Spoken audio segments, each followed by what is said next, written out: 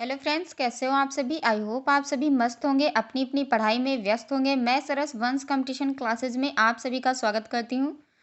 Friends, आज काफ़ी दिनों के बाद में मैं आप लोगों के लिए वीडियो लेकर आई हूँ, क्योंकि फ्रेंड्स मैं अपने गांव गई थी और कुछ कारणवश मैं वीडियो नहीं बना पाई, जिसके लिए मैं आप लोगों से क्षमा मांगती हूँ। फ्रेंड्स, हम लोग पॉलिटी पढ़ रहे थे, जिसमें हम लोगों ने भाग 3 के बारे में पढ़ा और भाग 3 के अंतर्गत हम लोगों ने अनुच्छेद 12 से 35 जो है उसके बारे में पढ़ा, जिसमें हम लोगों ने समता का अधिकार, स्वतंत्रता का अधिकार पढ़ा। और आज हम लोग शोषण के विरुद्ध अधिकार, जो कि अनुच्छेद 25, अनुच्छेद 23 और 24 में है, उसके बारे में पढ़ेंगे। फ्रेंड्स, हमारा जो तीसरा मूल अधिकार है वो है शोषण के विरुद्ध अधिकार, जो कि अनुच्छेद 23 और 24 में है। अनुच्छेद 23 में कहा गया है कि किसी व्यक्ति से बलपूर्वक कार्य नहीं कराया जा सकता। कहने का तात्पर्य यह है कि हम किसी भी व्यक्ति से बलपूर्वक कार्य नहीं करा सकते। यदि उसकी इच्छा है तभी वह कार्य किया जा सकता है, अन्यथा हम उससे कार्य नहीं करा सकते हैं। और अनुच्छेद 24 में कहा गया है कि 14 वर्ष तक के बच्चों को किसी भी कर कारखाने या जोखिम भरे कार्यों में नहीं लगाया जाएगा। और जो 14 वर्ष से छोटे बच्चे हैं उनको किसी भी कार्य के लिए नहीं लगाया जाएगा, मतलब उनसे मजदूरी नहीं कराई जाएगी।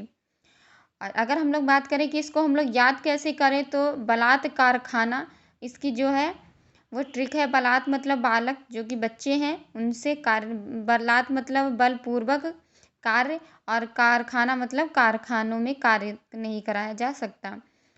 और हमारा जो चौथा मूल अधिकार है वो है धार्मिक स्वतंत्रता का अधिकार, जो कि अनुच्छेद 25 और से अनुच्छेद 28 तक है।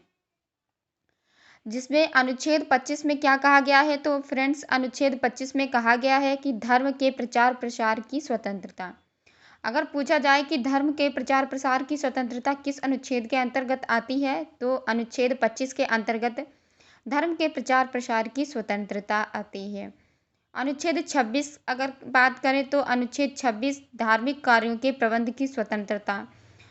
धार्मिक कार्यों के प्रबंध की स्वतंत्रता के अगर पूछा जाए किसके अंतर्गत आता है, तो अनुच्छेद 26 के अंतर्गत आता है। और अनुच्छेद 27 के अंतर्गत क्या आता है, तो अनुच्छेद 27 के अंतर्गत आता है धर्म की उन्नति हेतु चंदा देने के लिए किसी भी व्यक्ति को बाध्य नहीं किया जाएगा। यानी जिसकी जैसी इच्छा हो वो वैसे चंदा देगा। हम उसे बाधित नहीं कर सकते हैं कि हमें इतने रुपए ही चंदा चाहिए या इतना ही चंदा चाहिए। और यह हमें अनुच्छेद 27 के अंतर्गत लिखा हुआ मिलेगा।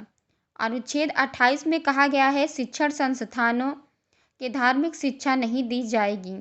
यानी जो हमारे शिक्षण संस्थान हैं उसमें किसी भी प्रकार की धार्मिक शिक्षा नहीं दी जाएगी, और यह हमारे अनुच्छेद 28 में वर्णित है। हमारा पांचवा मूल अधिकार है शिक्षा तथा संस्कृति का अधिकार, जो कि अनुच्छेद 29 और 30 में है। अनुच्छेद 29 में कहा गया है अल्पसंख्यकों को अपनी भाषा, लिपि व संस्कृति को बनाए रखने का अधिकार है। और अनुच्छेद 30 में कहा गया है अल्पसंख्यकों को अपनी पसंद की शिक्षण संस्थाओं की स्थापना व प्रशासन करने का अधिकार है। कहने का तात्पर्य यह है कि जो अल्पसंख्यक हैं वह अपनी पसंद के अनुसार संस्थाओं की स्थापना कर सकते हैं और उनमें प्रशासन कर सकते हैं। फिर आता है संपत्ति का अधिकार, जो कि समाप्त कर दिया गया है। वह 44वें संविधान संशोधन 1978 में समाप्त कर कानूनी अधिकार बनाया गया और वर्तमान में अनुच्छेद 300A में संपत्ति के अधिकार का वर्णन है। फ्रेंड्स, संपत्ति के अधिकार को समाप्त कर इसे कानूनी अधिकार बना दिया गया है। और अगर पूछा जाए कि इसका जो संपत्ति का अधिकार है इसका वर्णन किस अनुच्छेद में है, तो वर्तमान में अनुच्छेद 200, अनुच्छेद 300A में इसका वर्णन किया गया है। फिर बात करते हैं जो हमारा छठा मूल अधिकार है वो है संवैधानिक उपचारों का अधिकार, जो कि अनुच्छेद 32 में है। फ्रेंड्स, यदि किसी विवाद को निम्न न्यायालय से उच्च न्यायालय में लाना है तो अनुच्छेद 226 के द्वारा, और यदि किसी विवाद को उच्च न्यायालय से उच्चतम न्यायालय में ले जाना है तो उसे अनुच्छेद 32 के द्वारा लाया जा सकता है। फ्रेंड्स, इसके अंतर्गत 5 रिटें आती हैं, और जो वह 5 रिटें हैं वह कौन कौन सी है इसका वर्णन इस प्रकार है। पहली जो रिट है वो है बंदी प्रत्यक्षीकरण लेख। यदि किसी व्यक्ति को अवैध रूप से बंदी बनाया जाए तो यह लेख जारी किया जाएगा। और दूसरी जो रिट है वो है अधिकार परीक्षा लेख। आपका अधिकार क्या है? यदि किसी व्यक्ति को अवैध रूप से सर्वोच्च पद पर नियुक्त किया जाए तो यह लेख जारी होगा। जो हमारी तीसरी रिट है वो है परमादेश लेख, यानी आदेश देना। किसी लोकाधिकारी को उनके कर्तव्य पालन का आदेश देना, या जो हमारी है परमादेश लेख के अंतर्गत आता है। हमारी चौथी रिट प्रतिषेध लेख, यानी मना करना।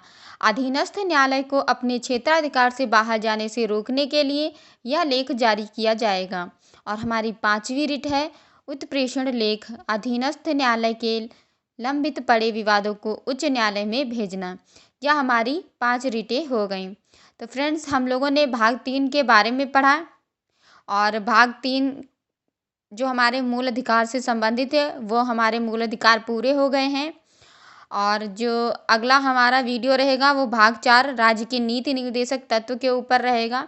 आज का वीडियो काफ़ी छोटा है, इसके लिए मैं क्षमा मांगती हूँ। फ्रेंड्स, काफ़ी दिनों के बाद यह वीडियो मिला है आप लोगों को, तो इसके लिए आप लोग नाराज़ मत होइएगा। प्लीज़ आप लोग मेरे वीडियो को लाइक, शेयर और सब्सक्राइब कीजिएगा। प्लीज़ अपना सपोर्ट कीजिएगा। और फ्रेंड्स, थैंक यू।